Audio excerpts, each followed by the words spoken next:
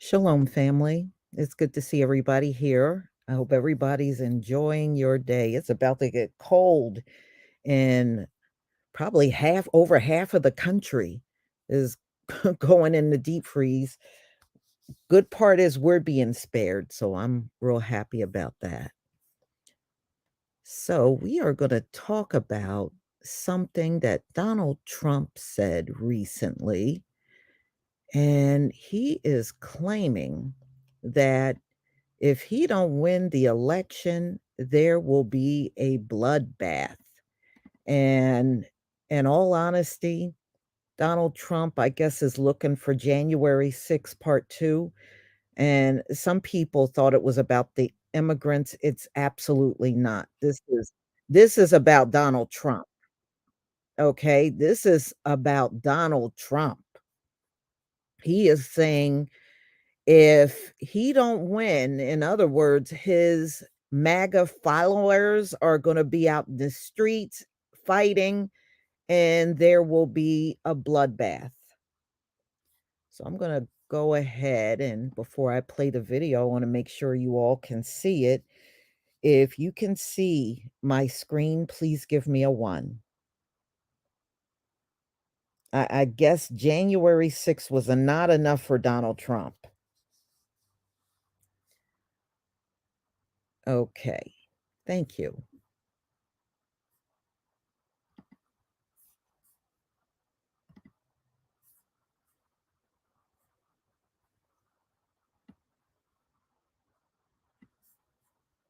Donald Trump on the attack this weekend in Ohio, lashing out at some of his favorite targets, from the criminal cases against him. It's all politics. It's all coming in from Biden. To what he claims are the criminal migrants crossing the southern border and destroying the country. They're not people, in my opinion, but I'm not allowed to say that because the radical left says that's a terrible thing to say. These are animals, okay? But it was his use of the word bloodbath during a riff about Chinese car makers that's creating new headlines and headaches for his campaign. We're going to put a 100% tariff on every single car that comes across the line, and you're not going to be able to sell those cars. If I get elected, now if I don't get elected, it's going to be a bloodbath for the whole, that's going to be the least of it. It's going to be a bloodbath for the country. That'll be the least of it. The Biden campaign seizing on the remark and rejecting the Trump campaign's claim that it was about only cars.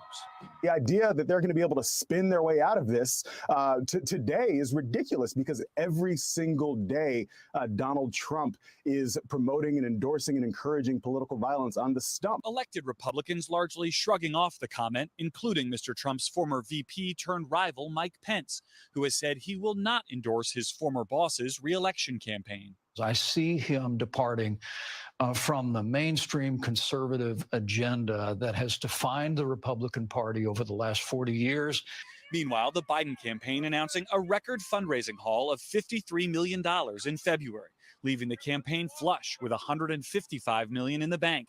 On Saturday night, the president attending Washington's white tie gridiron dinner, joking about both real and fictitious accomplishments, including, quote, rigging the Super Bowl for Taylor Swift. The 81-year-old also cracking a joke that his 10 p.m. speech came, quote, 6 hours past my bedtime. Now, former President Trump also drawing bipartisan condemnation this weekend for continuing to refer to people charged or convicted of January 6 related crimes as, quote, hostages, whom he now says he'd pardon if he's reelected. Those comments keeping January 6th in the headlines at a time where most other Republicans would simply like to move on. Laura? All right, Garrett Hake, get ready for another busy week, my friend. Thank you. Overnight. Okay. So,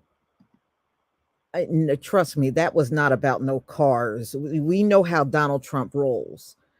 And it's not the first time he's done that. And we already know about the end result of January 6th. And all I have to say to the MAGA people, y'all got to be a bunch of fools. After January 6th, and y'all were charged, and many of you lost your jobs and everything, and you want to run back out there and riot again, y'all are a bunch of fools. So let's get into this. All right, share this again.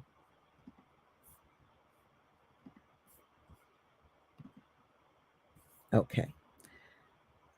So Donald Trump, y'all, he's not having the easy time that some people think he's having out here, because we always hear about the polls and Donald Trump leading in the polls and everything, but there are a lot among the Republicans that are saying they're not voting for Donald Trump. They don't want to vote for a man with the amount of indictments that he has. They're not comfortable voting for somebody that they see as a criminal. So, and there are places where Donald Trump is up, and I really do believe he is still past Joe Biden. And there are locations where the two are neck and neck. And, this is still early in the game. The election is not until fall, November 5th. So there's a lot of time, and the tide can turn either way. But, to be honest with you, choosing between Donald Trump and Joe Biden, that in itself is difficult, but you know how it is. But yeah, Donald Trump, and all the legal problems that he's having, he would be a fool to come out here and incite violence. You know, he would be a fool for doing that, for real. But over the last 24 hours, Donald Trump is defending his remark. He's defending it. So he defended his recent bloodbath remark that he made in Ohio at a rally, which has been widely interpreted as a threat of political violence. The remark came, and he did this past Saturday. He was in Dayton, Ohio, where he was speaking at a Get Out the Vote rally that he was having there, while discussing the economy and possible trade conflicts with China. Trump claimed that if reelected in November, he would institute a 100% tariff on Chinese made cars, and warned of a bloodbath if he was not elected. So Trump supporters and staff defended this comment as coming in the context of discussing the auto industry. And I don't see how a bloodbath got to do with cars, but this is the way they're trying to get out of the whole thing.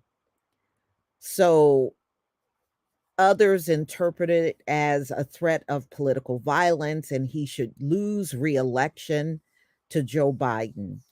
Some noted that earlier during the same rally, Trump paid tribute to, yes, he did. Trump actually paid tribute to the January 6, 2021 insurrectionists at the same rally. He did it this past Saturday, whom he pledged a pardon if elected. Many have accused Trump of fomenting the riot at the US Capitol building with his rhetoric before and after the 2020 election, including the infamous "will be wild" tweet that he made. In Truth Social Monday, Trump echoed the defenses already forward by his supporters and claimed that the bloodbath remark was strictly made in context with the auto industry. This is what he's saying.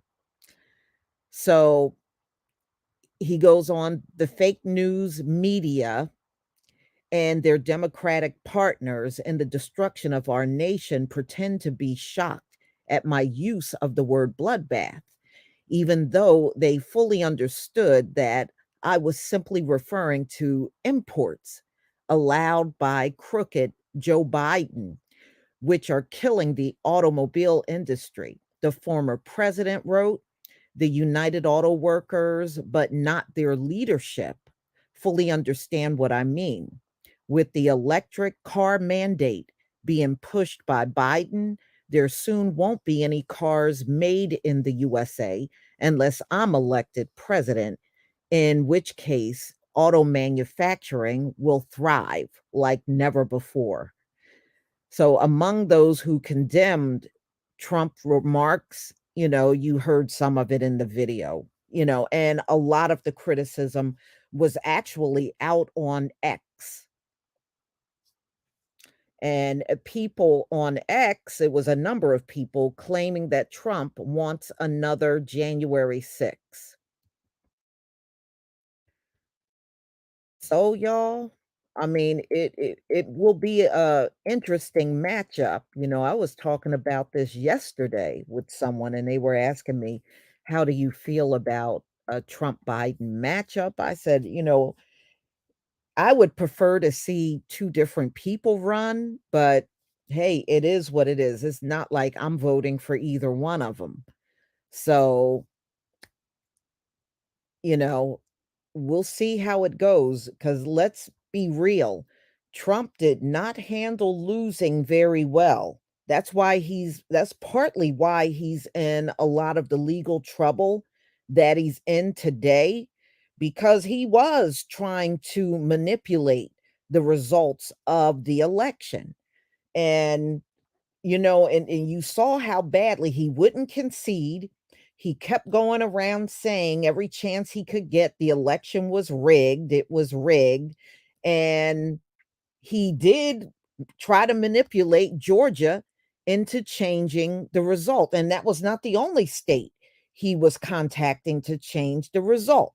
So we already know, yeah, Trump is a sore loser. We already know this. So to say that it meant something else and he didn't want people to riot, it meant the auto industry. I don't know if I'm quite buying that. And it's no telling what Trump will do this time around if he don't win. He may call for a riot out in the streets. You got to understand the mental state this man was in. We saw he literally had a meltdown after losing to Joe Biden. He didn't take it well at all. Not at all.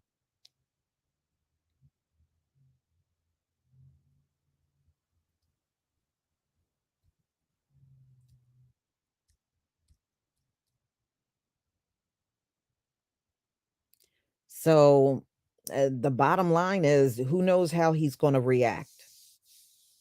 We already got a taste of it. We already seen it.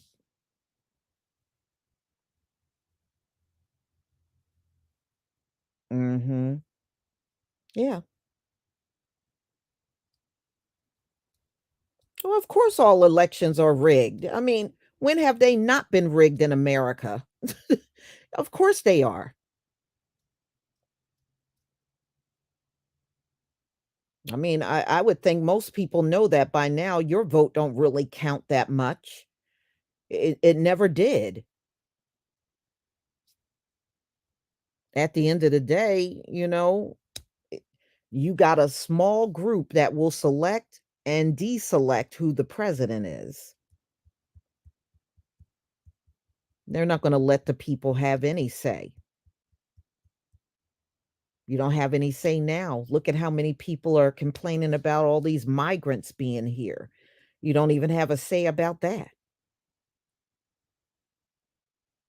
And that situation is about to turn up in the country. You just saw what happened with Tyson.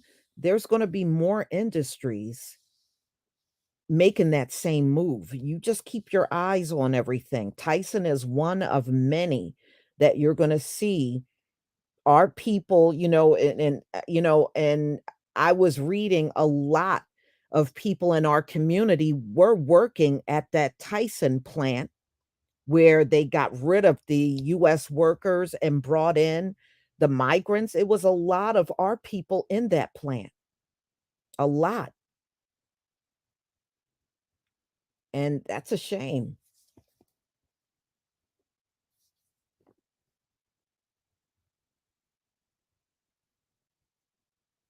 Mhm. Yeah, they're getting dragged pretty bad out here, but, at the end of the day, these are billionaires and they don't care what the public think. If they wanna pay these little low wages so they can become richer, that's all it is, and we always hear the term slave wages, and technically it's not even that because slaves didn't get paid, right?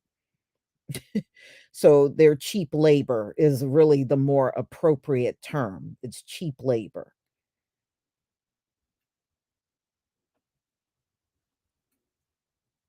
Mhm. Mhm.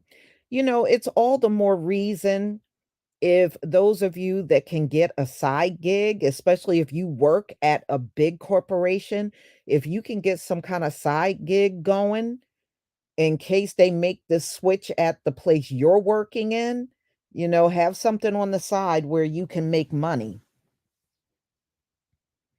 or try to get a work from home job because those jobs are still available.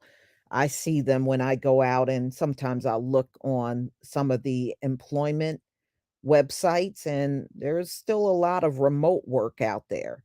So definitely have something to fall back on. From what I understand, those Tyson employees did not have a lot of warning.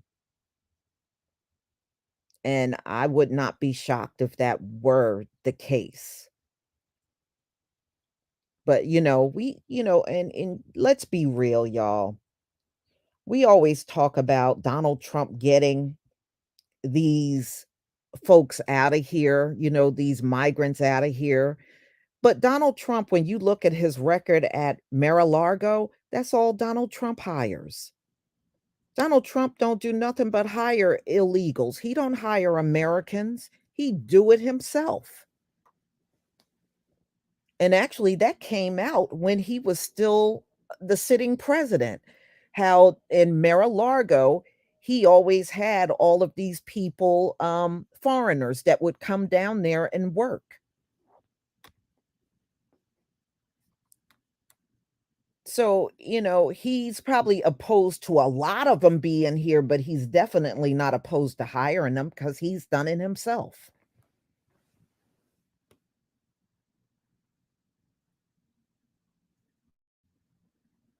Mhm. So, it's gonna be probably a treacherous year for a lot of Americans, especially, you're losing your jobs to migrants. Yeah, it's gonna be a pretty treacherous year for many, especially in our community that work at these places. Mhm. Hi, George Johnson. Good to see you.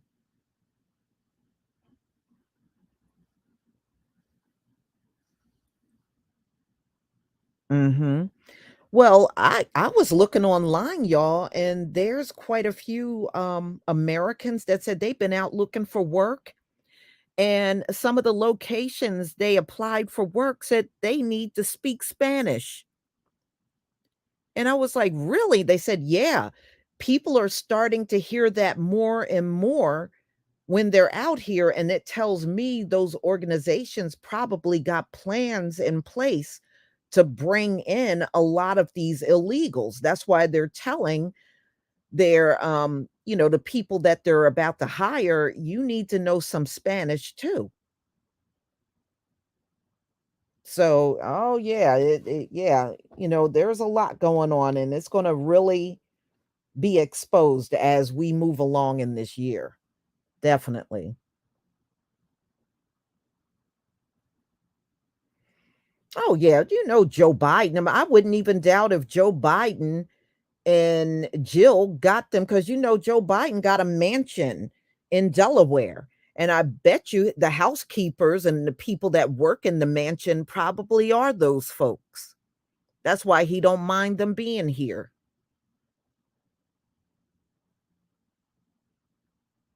But it's mainly those wealthy folks that want them here to work for their companies and work in their homes and all that stuff. It's mainly them.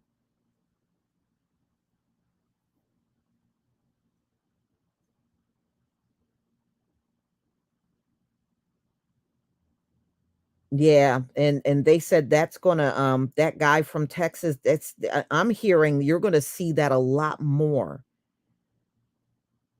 You're gonna see that a lot more as we start moving ahead, and jobs that did not require that before are now gonna start requiring that if you come in there, you also gotta know Spanish.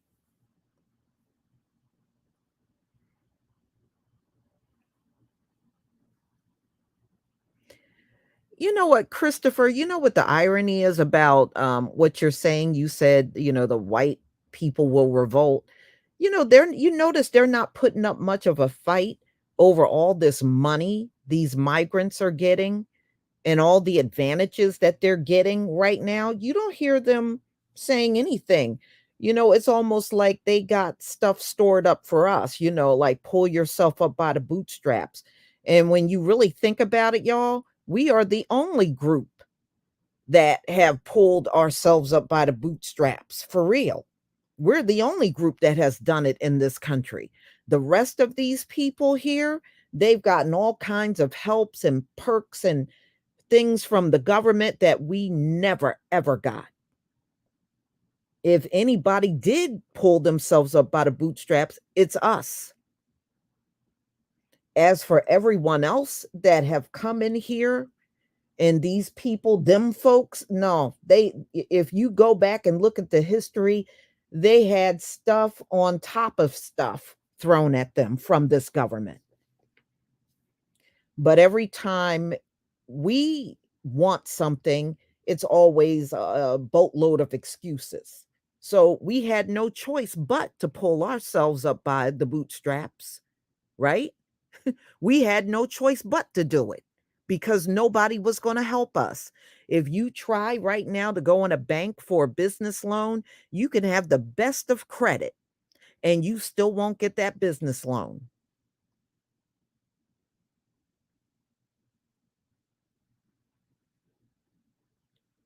And that's how it's been for us.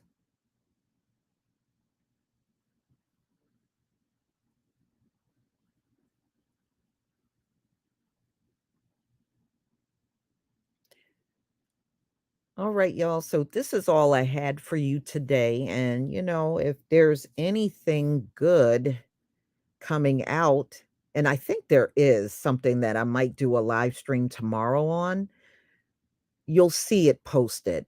So only Pam's Way. Thank you for becoming a new member. Thank you very much. And everybody, please enjoy the rest of your day. And I believe I gotta go look. I believe either tomorrow or the 20th is gonna be our New Year's. Y'all know the sun crosses the equator, I believe, on the 19th. So that will be officially spring. It should be crossing the equator tomorrow. Yes, tomorrow, I believe. So we'll be in our Hebrew New Year. You know where it crosses the equator and it can be seen? In Uganda. And you can pull up the videos. In Uganda, they are right on the line that splits both sides of the equator. And if you pull up the videos, you can even hear, but the sun crosses the equator right there in Uganda. Very interesting. You should watch some of the videos. They are very interesting. So, everybody, please enjoy the rest of your day and be on the lookout for my videos that'll be coming out later on. Shalom, family.